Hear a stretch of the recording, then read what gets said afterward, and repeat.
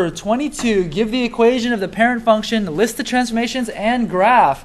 Then identify the domain arranged using set builder notation and the asymptote of the function. So, the best way to do this is to start with the transformation. So take a look at this. G of x equals log base 2 of x plus 4 in parentheses minus 2.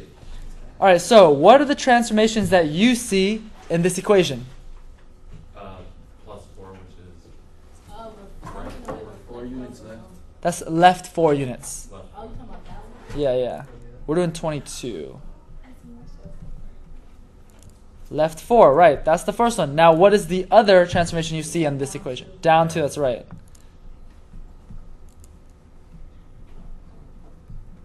Down 2, right. So, if you can find all the transformations, that will give you the parent function because do you see how I highlighted the transformations, right? If I just crossed out all the transformations, that would leave me with my parent function because the parent function is the untransformed version, right? So look, if I take out the plus 4, if I take out the minus 2, look what's left right here, right? See that? That's the parent function. So what is my parent function here? What is log base 2 of x? You see that's the only thing that's left. That's the parent function. G of x equals log, or f of x, I guess. F of x equals log base 2 of x.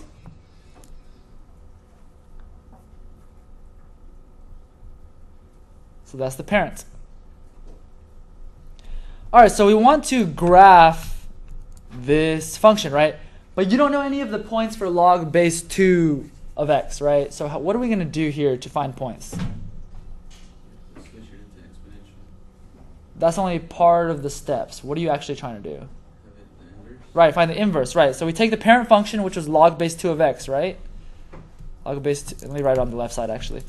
Log base 2 of x. And we want to find the inverse of log base 2 of x. The first step to finding the inverse is to do what? Y equals, by the way. What's the first step when we try to find this inverse in this situation? Switch it to exponential. Right, switch to exponential. So how can I rewrite this into exponential form?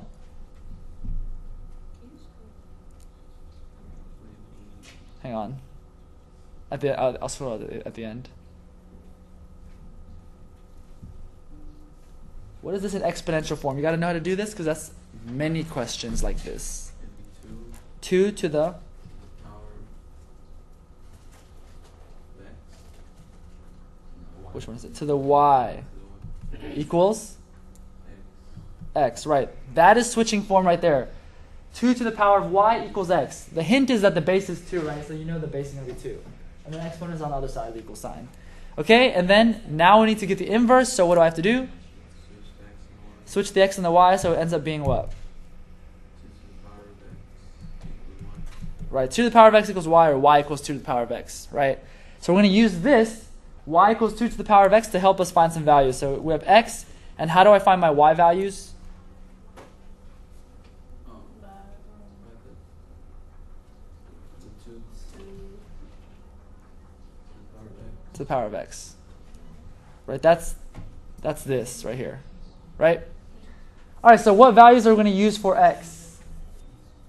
You can just use 3 here. 1, 0, -1. Right, -1, 0, and 1, right? So when I plug in 0 for x, what do I get? 1. It's always the same. When I plug in 1 for x, what do I get? 2. This is different too. So if positive 1 gives me a value of 2, what's negative 1 going to give me? 1.5. 1 over 2. That's different than 1 and a half. 1/2. Okay, so there we go. Now, what do I do with these table values? You invert them. Right, we inverse them, take the inverse, or we invert them, I guess that you can say that. Inverse, so what are my new x's and y's? 1/2, 1, and 2. And what are my y's? -1, 0, and 1. -1, 0, and 1. Right, so I'm graphing, once I transform this red, in the red, once I transform that table, I'll be ready to graph. So, first transformation I had was left 4. What does that do to my table values? No, I'm telling you, the transformation you wrote, remember, it's left 4, right? So what does that do to my table values? Subtract 4 to the x's. Subtract 4 from...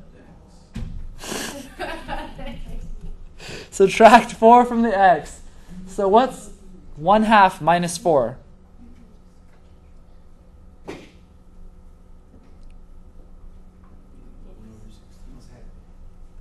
It's negative 3.5. What's 1 minus 4? Negative 3. Negative 3. What's 2 minus 4? Negative 2. Negative 2, that's right. Okay, so that takes care of the left 4. Now we have the down 2. What does down 2 do to my table? Subtract 2 from the y's, that's right. Down 2, so minus 2, minus 2, minus 2. So what are my new y's? Negative 3. Negative 3, Negative 2. negative 2, and Negative 1. negative 1. That's right. So we're going to graph this. We have negative 3.5, negative 3. Then we have, negative 3, negative 2, which is 1, 2, 3, 1, 2 right here. And lastly, we got negative 2, negative 1 right here.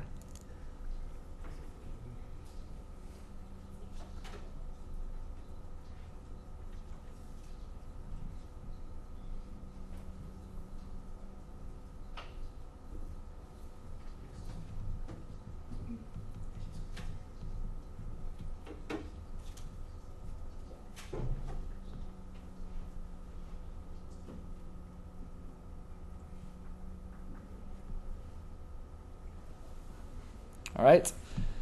So my graph should look something like this. Once I connect the points, it should look like this. I don't know why I paused so long. I think I was having a brain fart. Ooh, boom, like that. And there it is. That is the graph. So, can somebody tell me what the asymptote is here?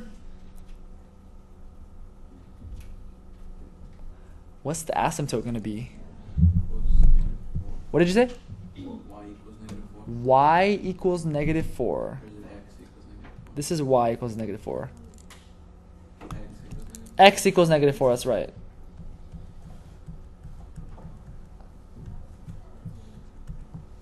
Like this. So the asymptote is x equals negative 4.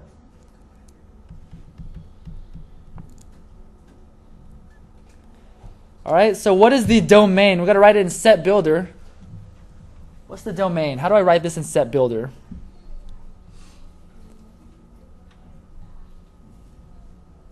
What do you start with in set builder? Squiggly bracket, x, the line, and then what is the domain here? And remember, the hint is from the asymptote, x. X is greater than negative 4. X is greater than negative 4, and then? Squiggly bracket, that's right. So x, such that x is greater than negative 4. Remember, the hint always comes from the asymptote as to what your domain or range is going to be. So yeah, it's greater than because it's on the right side of that asymptote. Okay, so now what about the range? What's the range? Squiggly bracket, y. All right. Negative infinity. Right. So greater than y. Greater than? No, less than y. And then? Y is less than just infinity. Right. And then close with another squiggly bracket. That's right. Make sure what you're saying makes sense. It doesn't even make sense to say that negative infinity is greater than y. Negative infinity is the lowest number in existence, right? Or the lowest thing possible. So that's impossible that the lowest number possible is greater than y. You see what I'm saying? That doesn't make sense. Make sure your statement makes sense. And that is number, what is that? 22.